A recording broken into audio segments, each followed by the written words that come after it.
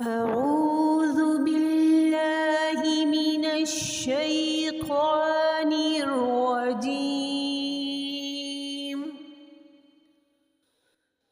بسم الله الرحمن الرحيم.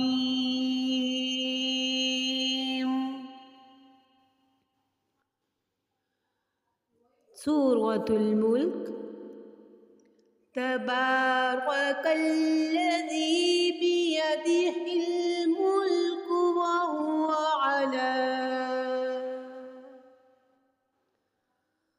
وهو على كل شيء قدير.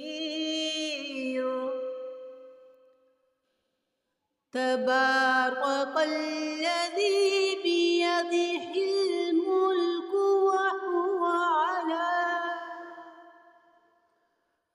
وهو على كل شيء قدير. تبارك الذي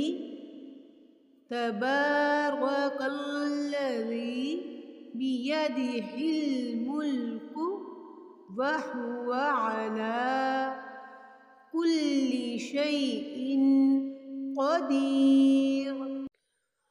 جی یہاں ہم دیکھیں گے با کے اوپر کھڑا زبر ہے، تبارغ، را نہیں بولیں گے، روا بولیں گے. تبارغ الذی بیدہ الملک وہو علی، عین ہے تو عین کو حلق سے ادا کریں گے.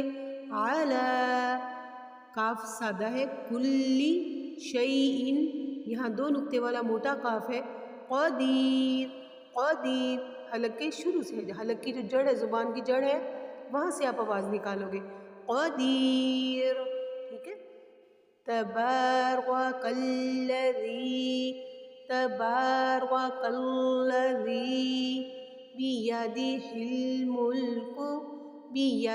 الملک وہو علی کل شیء قدیر. کل شیء قدیر. بڑی برکت والا ہے وہ خدا جس کے ہاتھ میں ہے بادشاہی اور وہ ہر چیز پر پوری طرح قادر ہے.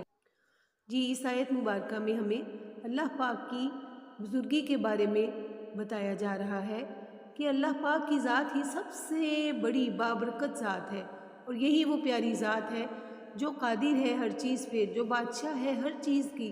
یعنی اللہ پاک کی وحدانیت کی بات ہو رہی ہے کہ واحد وہ ایک ہستی ہے، اللہ پاک کی وہ ہستی ہے جو ہر چیز کا احاطہ کیے ہوئے ہے، ہر چیز کو اپنے اندر اپنی رحمت کے نیچے کور کیے ہوئے ہے.